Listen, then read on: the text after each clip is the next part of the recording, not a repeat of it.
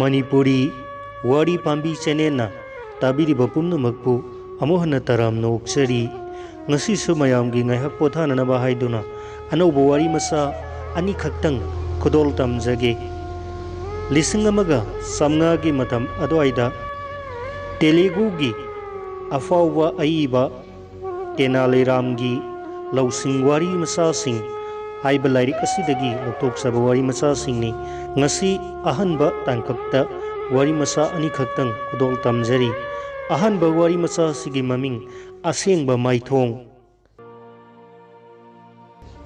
निंगथौ कृष्णदेवराय की लेबाकता यामना लिक्पा अदुगा सेंदी यामना पाइबा निपा अमा लई महाकी मफमदा सेल थुंगी अवाटपा अमत्ता लैरमदे अदुमनदी ओइरगा महाकना लिक्पगी सांगसी फुरख्याउदगी पाई नातरपी अमा फावबु लौथोकनबा हेक होनबदा मबेन बॉक्सी बना हाली हाइबदमक यौई नोंगमा महाकी मरुप मपांगसिंगना मतौ येंगनिंगदुना फागी फरांग तौदुना लाई येकपा हैबा मी अमदा महाकी सक येखनसी हाई मरुपसिंग अदुगी ममांगदा फना यानिंगदबा लैजरबसु इक आक तौदुना यहथोखरे अमसुंग महाकी सक चाप चाना मानबा अमा येकलगा पुरकले अदुदगी अयेकमन सनागी सेन चामा पिनिंगलखिदे पिनिंगदबना लाइसुदुना महाक ममैथंगदा महाक मसामकी सक सक ओंथांग ओंसिन तौबदा पकादा हैदुना अफावबा कलाकार अमा फावबा ओइरखी महाकना लायेकपा निपा असिना महाकी सक येक्तुना पुरकपा हाइफेट उहौबगा इमुंगदा सत चंख्रगा यामना कुइदना महाकी सक अदो ओंथोकलगा मपानदा थोकलई महाकना लायेकपा नुपादुना पुरकलिबा महाकी सक अयेकपदो येंगलगा लायेकपदा हाइरई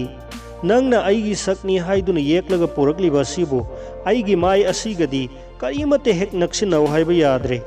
आइना पंगाई हाइजिनब्रा नंगसु अमुक्ता येंगुने तसेंगनमकी लायेकपा मसामकनसु यानिंगबा पोक्त्रे सुकमान मानद्रे सेंजाउ पाइबा निपादुना हाइरई येंगु नहांगना आईगी सक असिगा चप मानना येकलगा पुरकलबा मतम अदुतदा आइना मदो लैगनी लायेकपा निपा असिना मखोय अनि माइगा उनखिबा सक्तम मदो सब हेक मानदना हेक्ता लैरमी मसे अमुक खक्तंगी नत्रे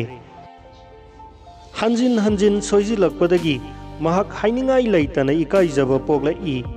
महाक खनफम थोकते महाकना असुमना करिगुंबदसु थेंगनखिद्री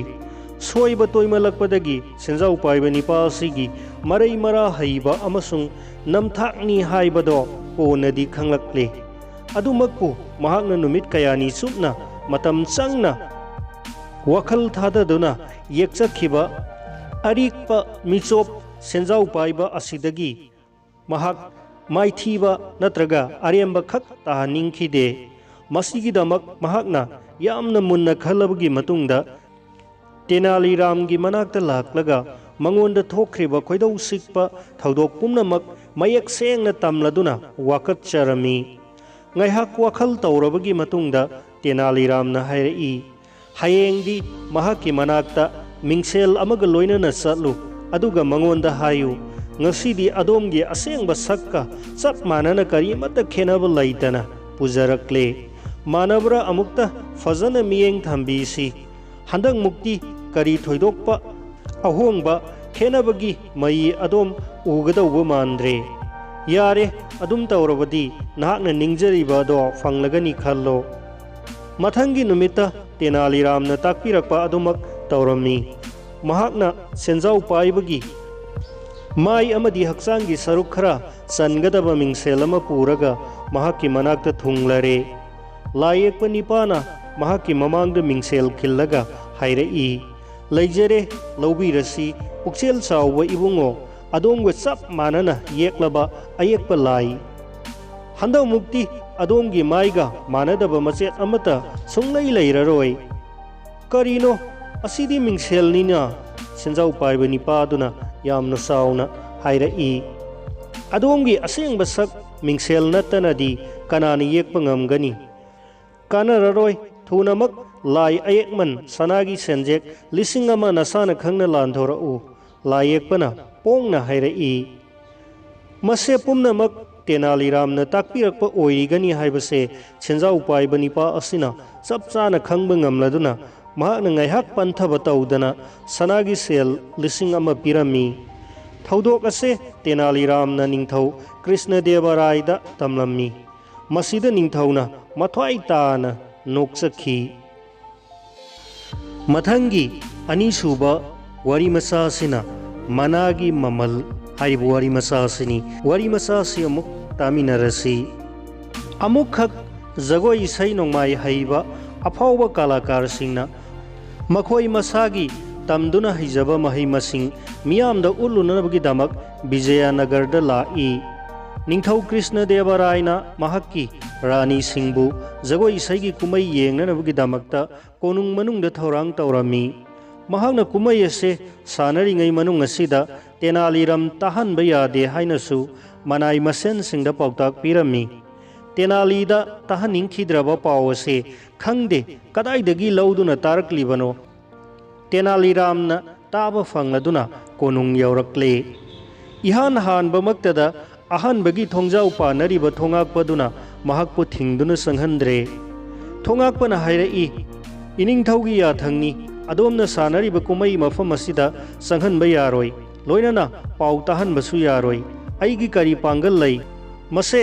अइंगोंदा यामना लुबा थबक अमनी अइ अदोमबु मनुंगदा संहनबा ngambagi इतिक लैजदे होइने फरेने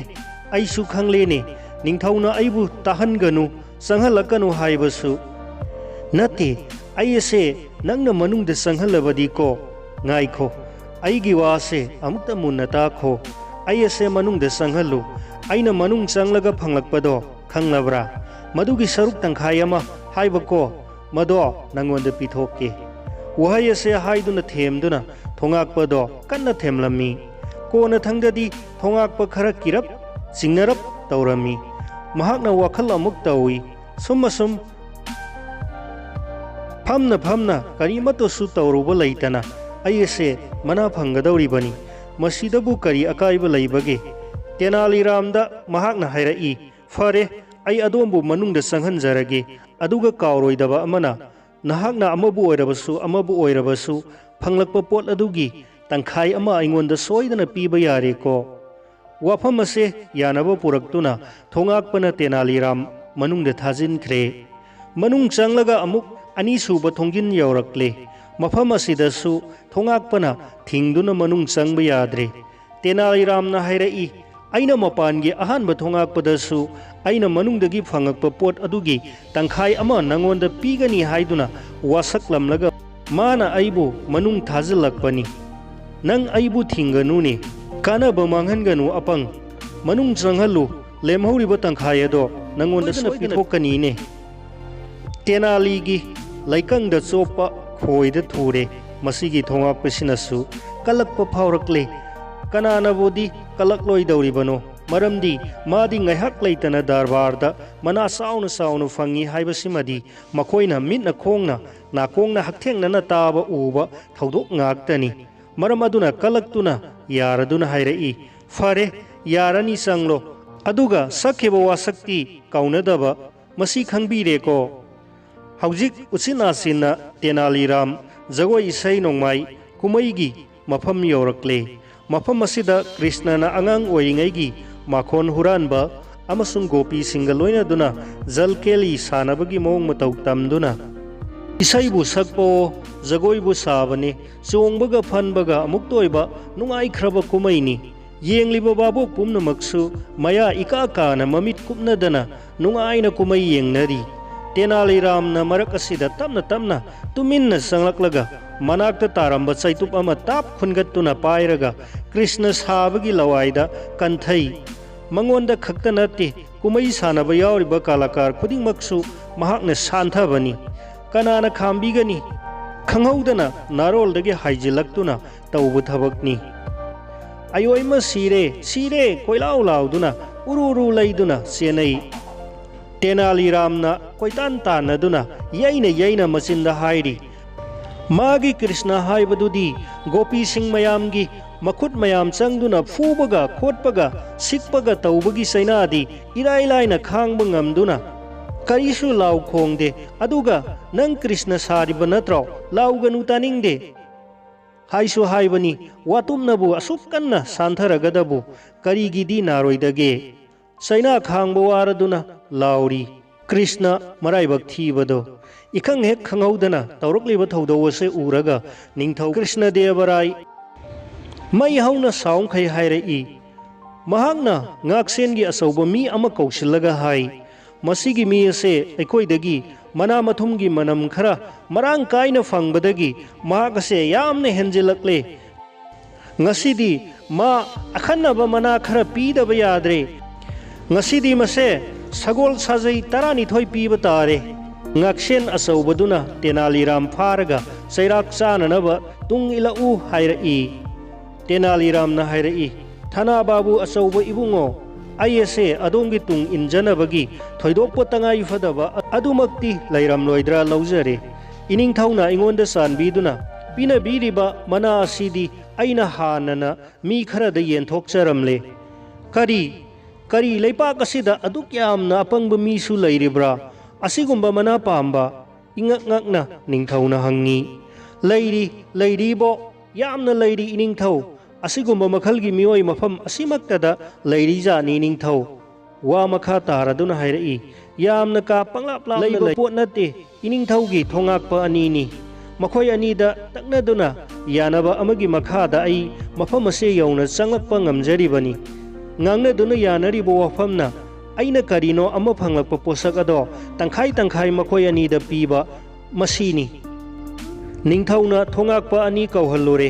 makhoi ani makta wahang pahung taubada tenaliramna hairibo wafam ado sumlambadagi sagol sajai tarani thoigi mana ado tangkhai yenbire ningthauna nokladuna tenaliramda sanagi senpak ama piraga hairai nahaki kumai sanariba kalakar singdagi henna nungai makoinadi krishnana makhol huranbagi warigi kumai sanabani mado aduk yamna angakpa wari natte sagol sajai tarani thoigi managi khudolado tangkhai yenaba sigumna nungaiba natte mayamado hauna no i